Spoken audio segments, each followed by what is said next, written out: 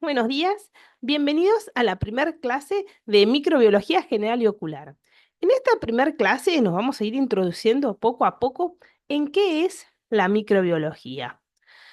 La microbiología es la ciencia que estudia los microorganismos y como su nombre lo indica, viene de micro, son seres vivos muy pequeñitos que no los podemos ver a simple vista y que requerimos de instrumentos como el microscopio para poder visualizarlos.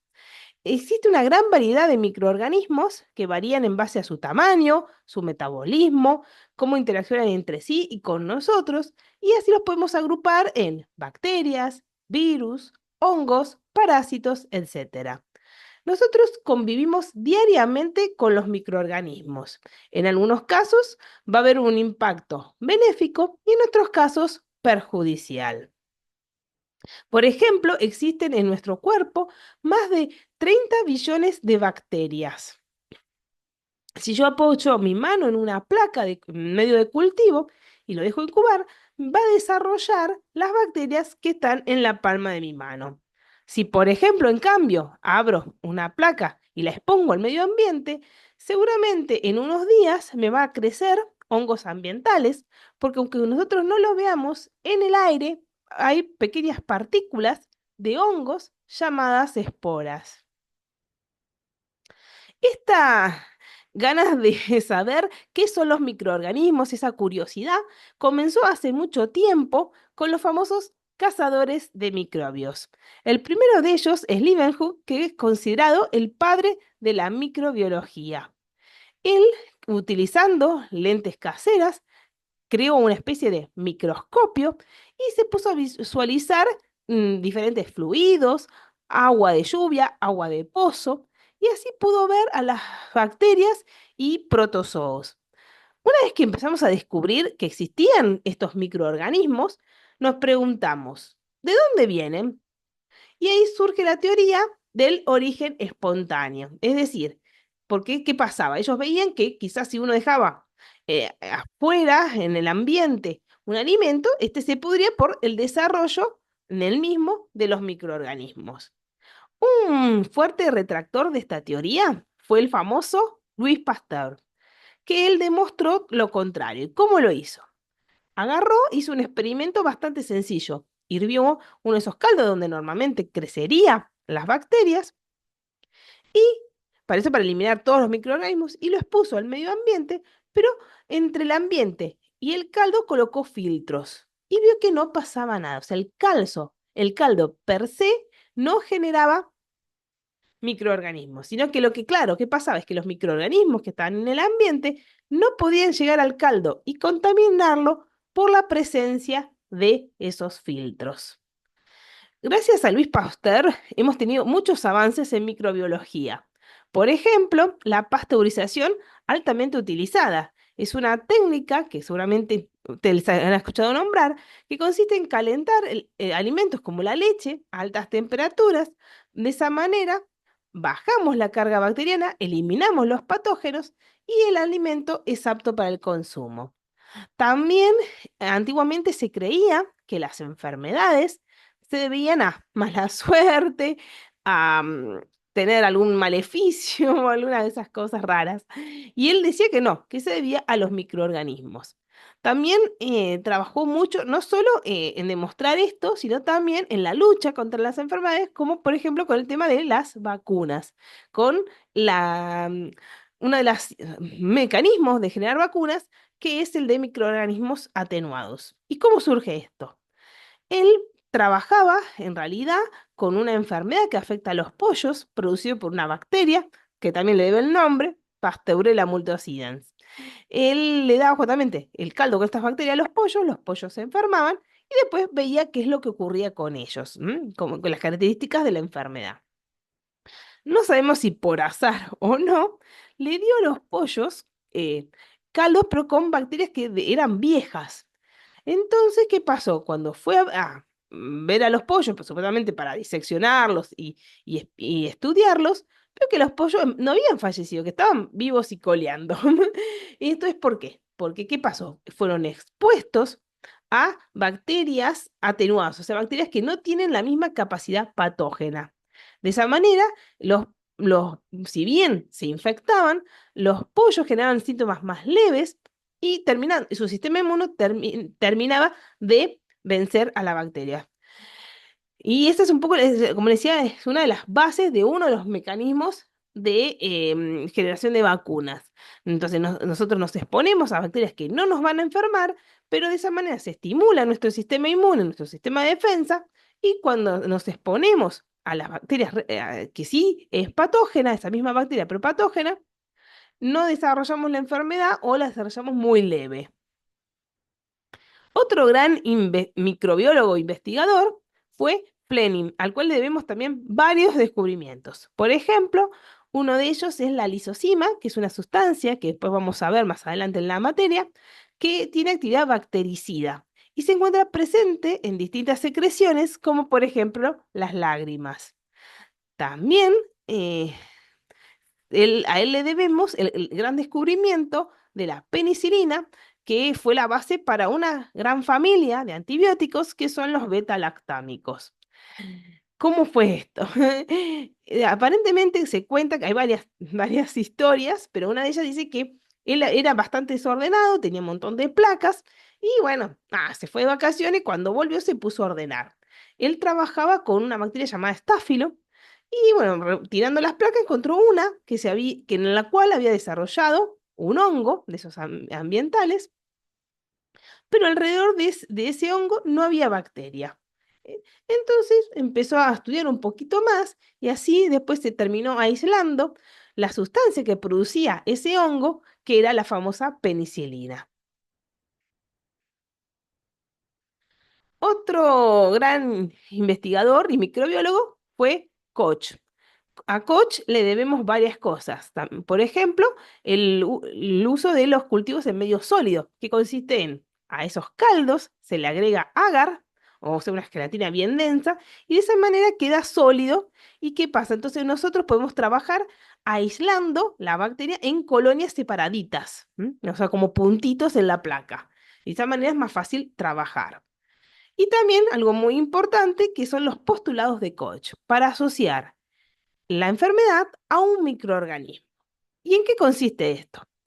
Los postulados de Koch dice, primer punto, que el patógeno debe estar presente en el hospedador enfermo, pero no debe estar en el hospedador sano. A su vez, segundo punto, yo debo poder aislar del hospedador enfermo el microorganismo en el laboratorio en un cultivo puro. Y acá es donde se complica un poco, porque no es tan fácil. Hay unos microorganismos que no se pueden cultivar o que cuesta más cultivarlos porque tienen ciertos requerimientos de nutrientes, de condiciones de temperatura, pH, condiciones de oxígeno particulares que no se puede cultivar en forma rutinaria. Pero bueno, eso es un primer punto. Pero bueno, supongamos que lo aislamos. Después dice, si yo expongo a hospedadores susceptibles a ese microorganismo, el hospedador va a enfermarse y desarrollar síntomas. Y acá es el segundo punto un poquito controversial. Porque, ¿qué pasa? Como vamos a ver más adelante, el desarrollo de una enfermedad depende de varios factores. Por un lado, va a depender de nuestro estado de salud, de cómo están nuestras defensas, cómo respondemos a ese agente infeccioso. No todos respondemos de la misma manera. Por ejemplo, si ustedes recuerdan, cuando estuvo la pandemia del COVID, en una misma casa quizás algunos se enfermaban y otros no. Algunos permanecían asintomáticos, o sea, estaban infectados pero no desarrollaban síntomas. Eso a que se vea que justamente lo que le decía, las defensas de una persona van a responder de una manera y otra persona va a responder de otra manera. A su vez, también va a depender el desarrollo de la enfermedad de la cantidad de germen que uno se vea expuesto, lo que llamamos la dosis infectiva. Pero bueno, también, supongamos que, bueno, a los que son, al exponerlo al agente infeccioso, se enferma. Y entonces de esos nuevos hospedadores enfermos, debemos volver a poder aislar el microorganismo en estado puro. Entonces así se quedaría demostrada la asociación entre una enfermedad y un microorganismo. Como decía, como les comentaba al principio, nosotros estamos rodeados de bacterias, son una bolsa de bacterias. Esto es porque desde que nacemos vamos a ir incorporando lo que es la flora normal. Desde que el bebé pasa por el canal de parto, en base a la alimentación, a lo que esté expuesto en el ambiente. Las bacterias se van a ir ubicando en nuestro cuerpo en base a las distintas condiciones que hay en nuestro cuerpo, en base a lo que es oxígeno, temperatura, humedad, etcétera, porque cada una tiene sus preferencias. Y como les decía, eso va variando a lo largo de la vida. Por ejemplo, las mujeres, cuando son niñas, no tienen la influencia de las hormonas del estrógeno. Entonces, en la zona genital hay ciertas características que favorecen el desarrollo de una flora mixta, cocos, corine. Pero cuando se desarrolla y empieza a actuar el estrógeno, varían las condiciones de humedad, de pH de la región genital, y entonces esa flora va a empezar a disminuir y empiezan a aumentar los lactobacilos, que es la flora de la etapa reproductiva. Esa flora humana normal, que está siempre presente, tiene una principal característica, y esto es importante: no nos afecta a nosotros, no nos va a enfermar, al contrario, nos defiende. ¿Por qué? Porque ocupa un nicho ecológico, o sea, un espacio físico que no, entonces no puede ser ocupado por otra bacteria. A su vez, van a producir sustancias que pueden justamente afectar y evitar el desarrollo de otras bacterias que sí nos causarían daño. Otra flora es la flora transitoria, que es decir, que son bacterias que están temporalmente, pero no siempre en nuestro cuerpo. Por ejemplo, tenemos lo que es el Streptococcus agalactiae, por ejemplo, que se busca en las mujeres embarazadas. Ellas, en el momento cercano al parto, se busca esta bacteria. ¿Por qué? Porque es una bacteria que, si pasa al bebé, puede producir meningitis, bacteriemia y muerte. Entonces es muy importante detectarlo. Pero ¿qué pasa? Como es una bacteria que no siempre está, que es transitoria, la vamos a buscar cuando corremos riesgo de que pase al bebé para poderla tratar con antibióticos, porque a veces incluso sacar esas bacterias que nos colonizan a veces es medio complicado. Y finalmente tenemos microorganismos que se llaman patógenos, que quiere decir que con su sola presencia ya van a generar una infección y enfermedad. Como les decía, la flora normal nos protege, pero existen otros mecanismos de defensa. Uno muy importante es la piel, que nos recubre por completo, entonces es una barrera física, una muralla que impide que las bacterias ingresen. En cuanto al ojo, por ejemplo, en la conjuntiva, no tenemos una flora basal, pero va a llegar bacterias de las estructuras adyacentes de la piel, de los párpados, del saco conjuntival, de tocarse con el ojo, y esa flora es principalmente a gram positivo. Después ya vamos a ver qué es la coloración de gram, pero para que se tengan en cuenta, es principalmente gram positivo: estáfilos, corines, etcétera. Aparte de la piel y la flora normal, en el ojo existen otros mecanismos de defensa. Tenemos los párpados y las pestañas, que actúan como un mecanismo de barrido, al igual que las lágrimas. Y a su vez, en las lágrimas, como les mencionaba, también se encuentra la lisozima, que después vamos a ver cómo actúa, pero es una sustancia bactericida.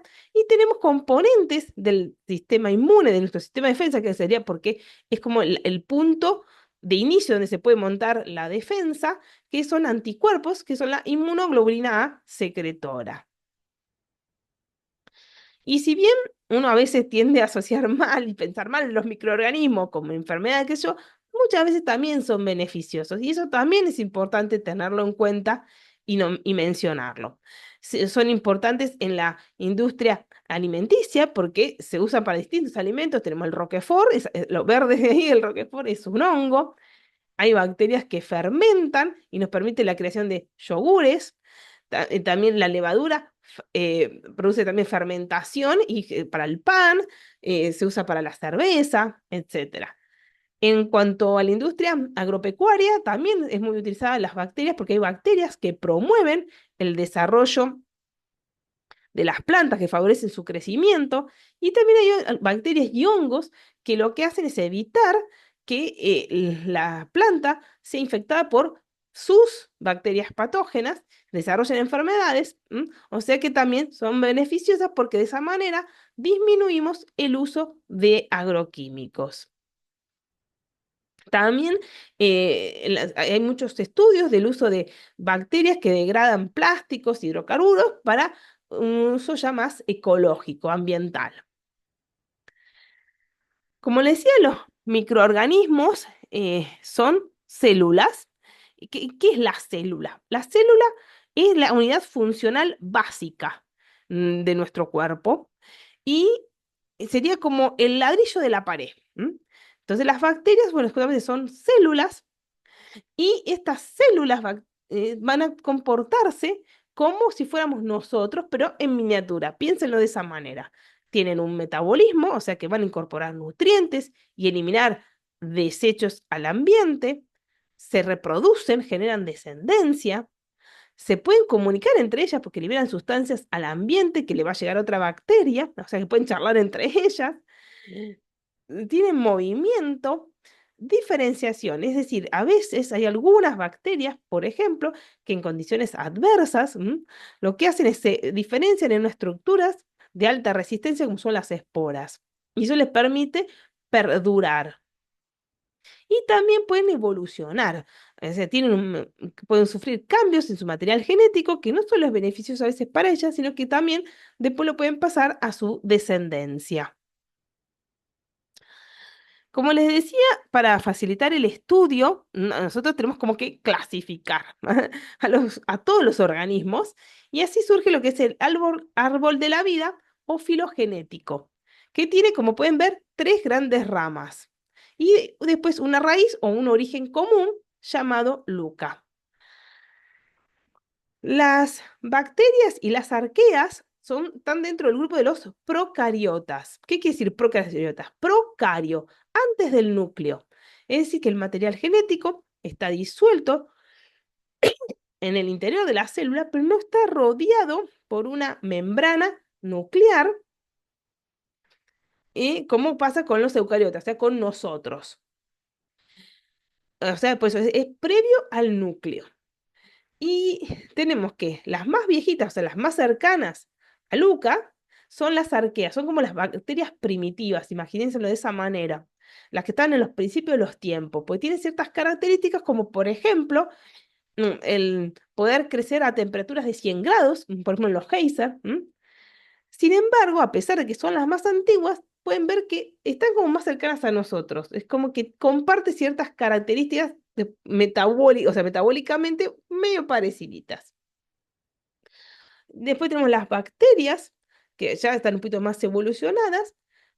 Después, finalmente, los eucariotas, que somos los últimos, en la última rama, o sea que somos los más evolucionados. Este es un árbol bastante sencillito que se empezó a hacer en base ya a características fenotípicas, o sea, características que se pueden observar y también algunas pruebas, así como bioquímicas, pero nada genético, nada así como biología molecular. Pero ¿qué pasó? Cuando llegó la biología molecular, este árbol cambió drásticamente. ¿Ven? Se diversificó, se amplió muchísimo. ¿Por qué? Porque empezamos a conocer bacterias o microorganismos que antes no conocíamos, como por ejemplo las CRP, que justamente son de muy pequeño tamaño y que no son cultivables. Entonces, no sabíamos que existían. No solo se diversificó, sino que a su vez como se redistribuyó en forma correcta, porque gracias a esto hubo algunos cambios. Por ejemplo, algunos que eran parásitos pasaron a hongos, algunos hongos pasaron a parásitos. Se confirmó el origen ancestral y también, eh, la, como decía, conocemos bacterias que no conocían. Y acá surge algo también parecido, lo que es la metagenómica. ¿Qué es la metagenómica? Es justamente el estudio por biología molecular de todo un conjunto de bacterias, sin necesidad justamente del cultivo. Por ejemplo, estudiar cuáles son la flora que tenemos a nivel intestinal. Eso se ha estudiado mucho porque se ha visto que existen asociaciones entre esa flora y el desarrollo de colon irritable, la obesidad. También igual se está aplicando a otras partes del cuerpo. Por ejemplo, ahora hay estudios justamente para estudiar esa flora, pero ocular. ¿M? Y ver también un poco eso, si hay asociaciones, si nos puede servir para algo. ¿M? Por ejemplo, hay trabajos que ven la asociación entre esa flora y la blefaritis por Demodex. ¿M? O sea que en realidad hay varios usos a esta biología molecular. Bueno, acá termina la clase. Espero, bueno, que hayan entendido todo. Igual, como les quería ya comentar, que cómo va a ser el tema de las dudas. Va a haber clases que son sincrónicas, donde van a poder consultar, y aquellos que no puedan estar presentes, igual la clase va a quedar grabada y se va a subir a la página. En el caso de que queden dudas, también hay otros medios, como van a ser el foro, en la página, y también nos pueden consultar a los profesores para así ir de a poco y resolviendo todas las dudas para ir, em, para que todo quede más claro. Bueno, muchas gracias por la atención.